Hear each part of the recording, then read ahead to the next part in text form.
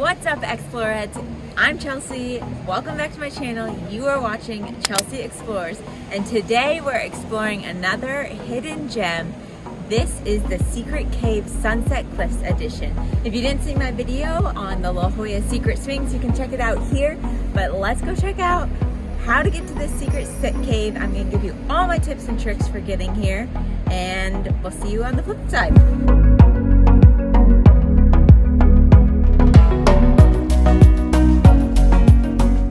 So if you park on Hill Street and walk west, so towards the ocean, this is gonna get your bearings as to where to go. So you'll walk west, you'll see this unstable cliff sign. There's three ways to get down. So one way is that Surfer's Point, which if you can see that cage behind me, that's where you'll see all the surfers actually going down and hopping on their board. And if you're up for it, you can get down that way and walk left towards the sea cave. I personally thought that way was unsafe, so I didn't do it. And then to the left of the sea cage is where the ropes are that we went down. That way seemed pretty safe to us. And again, the sea cave is to the left. And then to the right of that Surfer's Point cage metal box, you'll walk about 0.1 of a mile up this hill and walk down the area down to a beach, which leads you all the way down and around that long way to the sea cave. Some important tips about visiting the sea cave. You must come at a negative tide, and honestly, at least a -1 of a tide. So anything, the higher the number, the better. So -1, -1.2, -2, the higher the number, the better. You don't want to come at anything higher or lower than that, because it's just absolutely unsafe. The waves come crashing in. It was already up to mid-thigh at some points today. Today's tide was -0.98. So again, I repeat, you must come at a negative tide. The second tip I have for you is to wear your water shoes.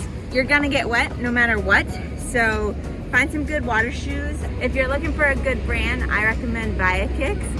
They're great, help you stay stable in the water. And number 3 is have fun and be safe, and bring a camera, a waterproof camera or a waterproof case to get some epic pictures. All right, so we just climbed down this rope part here. I don't know how often they replace these ropes, but it was pretty sturdy. From up top, it looks a lot steeper than it actually is.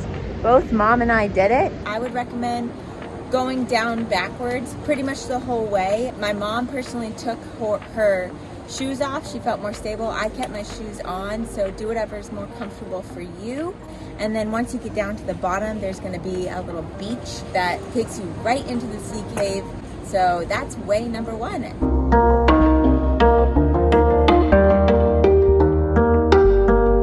Once you get down from this rope spot over here, you're going to see a whole bunch of rocks with a beach, and the cave is actually over there. So right now we're climbing down the rocks. Got some surfers out there, but the cave is right around the corner. So there is this little cave back here that you can walk through, but right now the water levels are a little high. We're here a little before the lowest tide, so we might try to come back out this way, but I think it'd be pretty waist deep. So we're gonna go around. Careful, because the moss gets slippery, but around this way is the cave.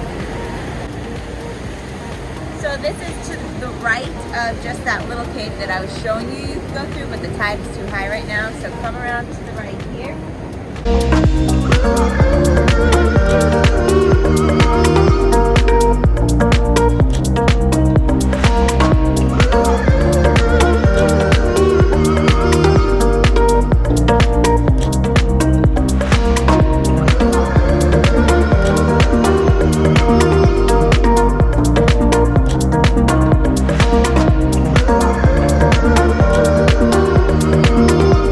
Have made it inside the sea cave.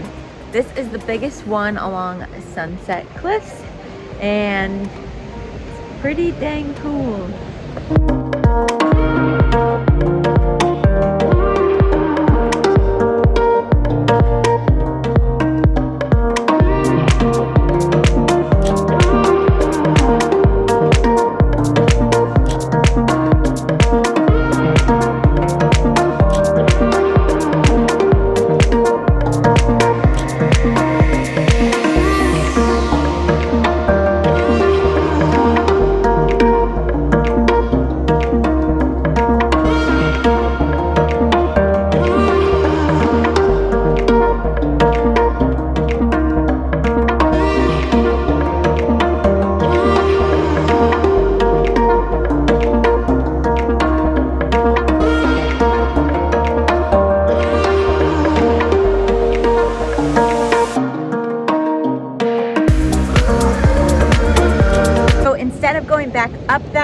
over there to get back up to the top. We're gonna actually try a different way to get back to the top of Sunset Cliffs. And this is out and around the bend. It's called Surfers Point back here, and it's around the bend. So we're gonna try to go right there, but it seems like the water might be a little high. So we'll try it out.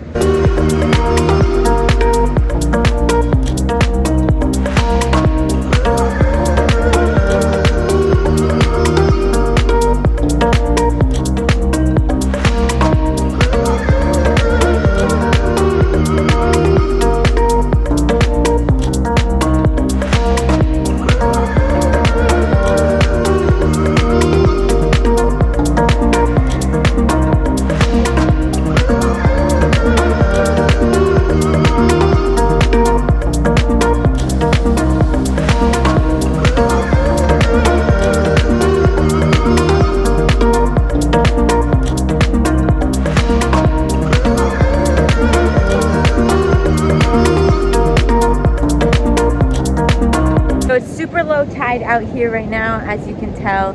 This is a spot where surfers come out.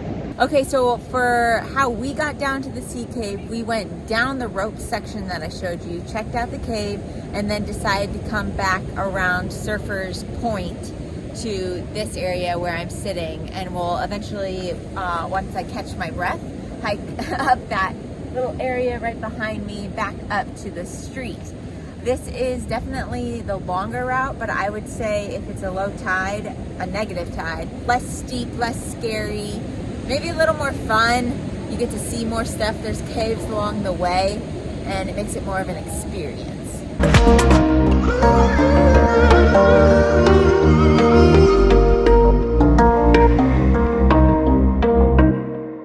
All right, so option number 2 for getting down to the sea cave is going down past this little bar here, and then down the trail down there to the beach down there, and then all the way out and around the point over there.